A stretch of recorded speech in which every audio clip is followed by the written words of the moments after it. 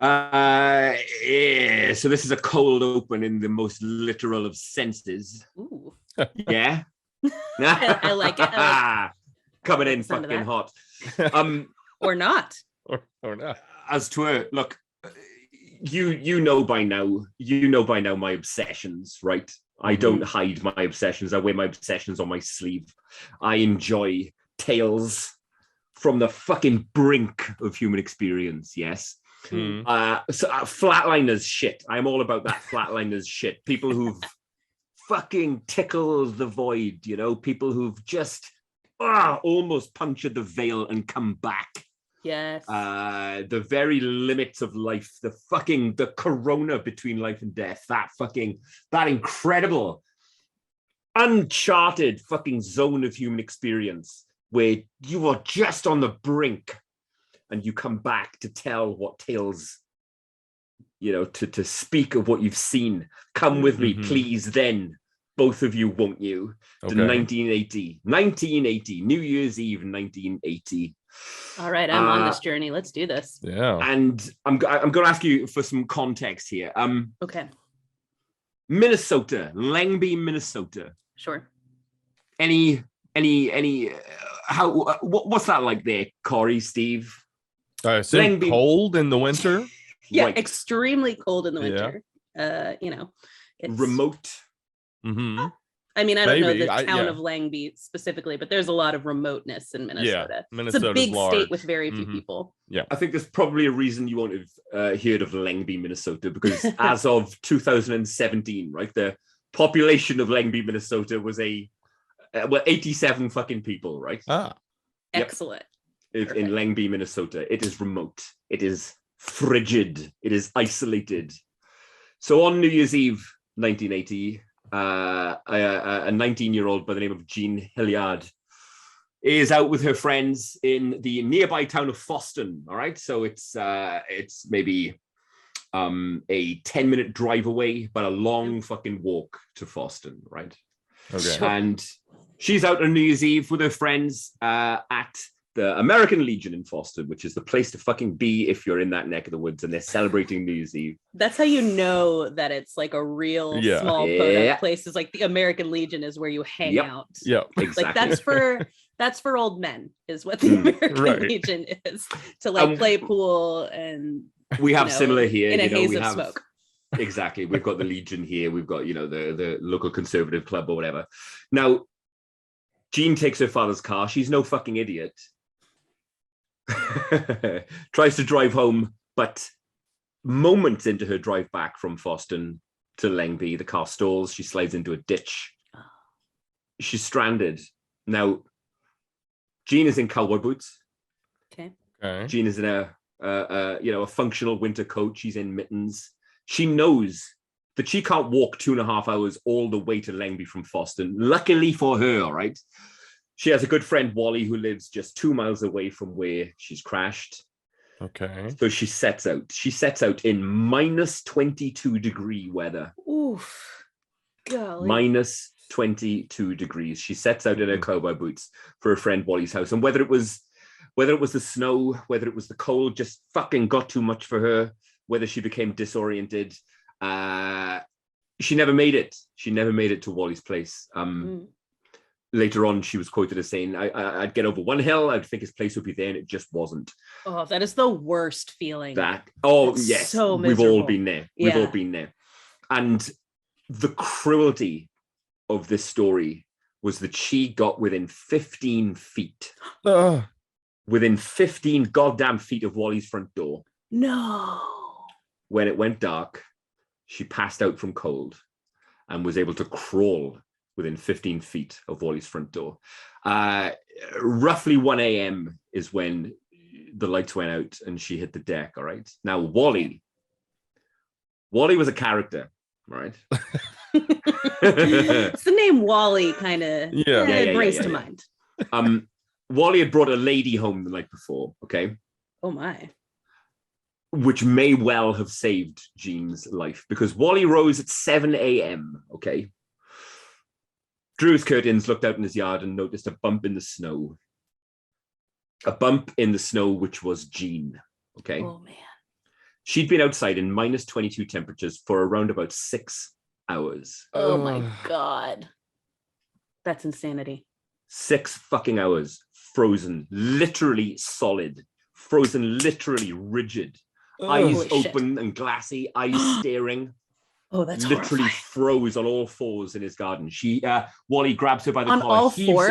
Her. She'd tried to crawl to his front door.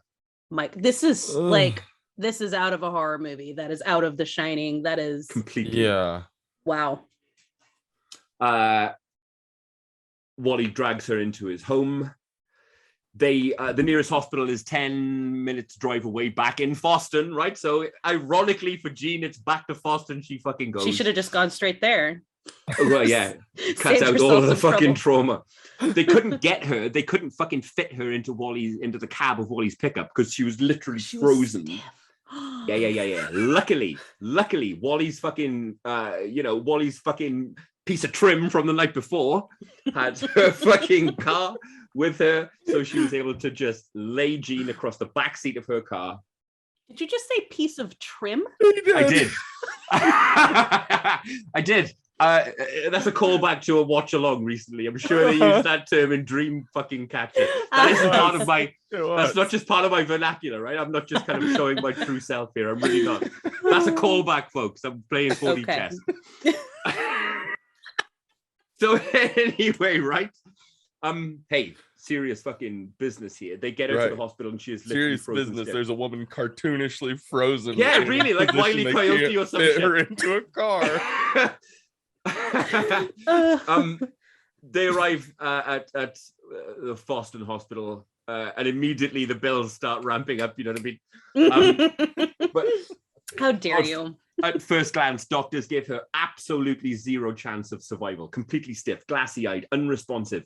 They couldn't get a fucking IV into her. Needles would snap when they tried to pierce her skin. Jesus Christ. Right? Yeah. Her body temperature didn't even register on a thermometer. She was so cold. They called her pastor. They started a fucking prayer chain.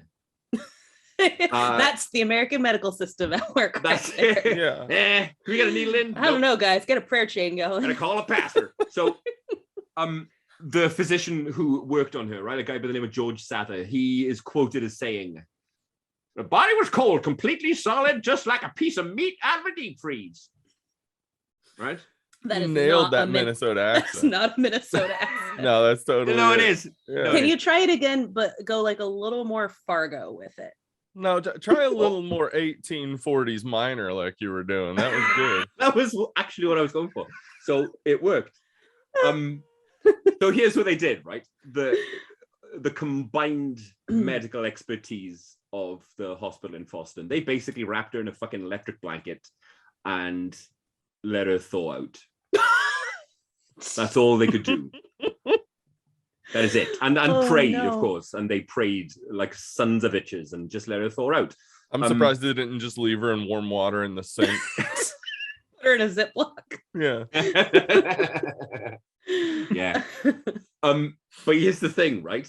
After a few hours, they got a heart rate from her. After a few hours, they noticed a heart rate of 12 beats per minute, an absolutely fucking glacial, slow heart rate. Yeah. And by mid-morning, keep in mind, she was discovered at 7 a.m., right? After being out there since 6 hours in minus 22 degrees. By mid-morning, she started having convulsions, right? Yeah. Waking up in spasms.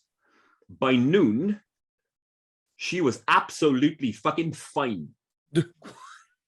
What? She was fine. She was chatting. Stop. She was worried. She was worried about her dad's car. She didn't even have like frostbite or anything? Fuck all. Right? When she was meat, they were wondering whether they should amputate her legs to avoid frostbite. Nah, she had a couple of blisters on her toe, and she was absolutely fucking fine. She went home that day. No.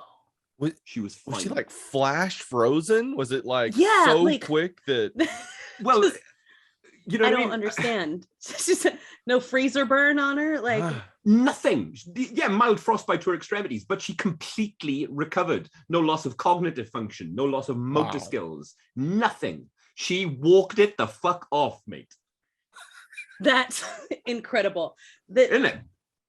and to just thinking back about last week talking to Eileen about like Yes, the brain Eileen, and all I that would kind love of your stuff. fucking take on this one. Seriously, please, Eileen, explain this. But so one thing that Come we must on, know Eileen. about that is Explain. whatever. Yeah, right? Whatever was going on, she never lost oxygen to her brain. Well, that's the thing, right? Cold slows your heart rate, slows your metabolism, slows your brain function. You need less oxygen. You go into a kind of a fucking all the vital stasis. functions. Yeah. Put all that shit literally on ice. And Jean is still alive. You know what I mean? She's lived a completely unremarkable life. She works at Walmart right now. She's got married. She had kids. She got divorced. She is, completely unremarkable. Other than Do you think that she can laugh about it now? Like when she thinks about her, like looking like a giant statue being put into the car and everything. Like, I hope she has a sense of humor about it. I don't know. Maybe. But this happens. Because that can't even be. I'm sorry. It's not even like a traumatic incident. She probably doesn't remember any of that because her whole body was shut down. She's been quoted as saying a lot. She doesn't remember any of it. She doesn't remember the lights going out. She doesn't remember any of the walk. She remembers fuck all. That she just got defrosted and went back to living her life like it never happened. Plenty of other people have done it as well. Justin Smith, the guy from Pennsylvania in 2016, he was out drinking with his friends, lost track of his friends. He was in sub-zero temperatures for more than 12 hours, walked it off, absolutely fine. What? A 13-month-old toddler, right, in 2001.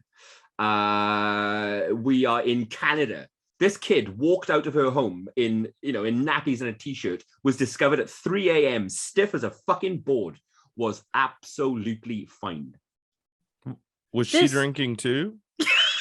Right? Yes, I fucking hope so. Alcohol's the solution. I guess so. Maybe it I'm is. so curious though, because okay, this happens. Clearly, it's not a one-time thing. What is it about? Like, is it how cold it is? Like you were saying, like basically you flash froze or whatever, you just straight up. Right. Or... The best way of wrapping this up, right, is a quote from the doctor who worked on that last guy I told you about in Pennsylvania, right?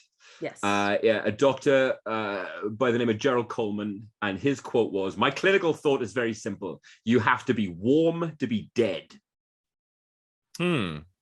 Because when you're dead and you're at room temperature, you're at normal body temperature, that's when decay, decomposition, that's when all that shit sets in. If you freeze to quote unquote death, that shit is reversible. But what about, I guess the other thing is like then all the functions like completely shutting down if you actually freeze to death. It's just being like that long enough, right? Well, look. Because you can't like perpetually be frozen, right? Or could you? There are plenty of gullible rich people who would disagree. Very good point. That is, Also, look at Steve Rogers. I mean, hey, and he was Captain America. Yeah. So it's actually scientifically accurate. I think on. Excellent work, Mark. That is bonkers. Yeah. Much crazy shit. So Steve, right before this, Mark had texted me in a panic because he couldn't think of a cold open. And I have like a list of like random things that I have heard briefly somewhere. Okay. In case of meltdown. In case of meltdown file.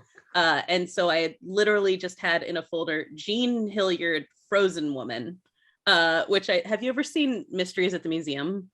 No. It's a show on it's on all the Discovery networks, Travel Channel, Discovery, whatever. Is it awesome? I love it. It's just this guy who it's like corny reenactments, but not quite corny to like. Okay, so, it's awesome. Yeah. And they just talk about like, here's an artifact from a museum, and here's how it's connected to some bonkers story. And so I caught the end of it, and I do remember the thing about the needle not being able to go in her arm. That's the only thing I really remember about that entire story. Is it as awesome as that show with Jonathan Frakes where he debunks shit? Oh, I love that show so much. So good. Fact or Fiction. Fact or Fiction. That's the one. Do you believe this? Are we fucking with you? I like that idea because they were presenting it like it was real, no matter what. Exactly. Then you'd it's get presented to the end. totally and then the they're same. like, nope, fucking with you. That's not real. I just Dumbass. discovered. You fuckwit. What do you think? Of course that was fake. Fuckwit.